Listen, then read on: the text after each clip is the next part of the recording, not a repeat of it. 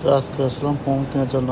যখন দেখতেছি Xiaomi Xiaomi 15 ultra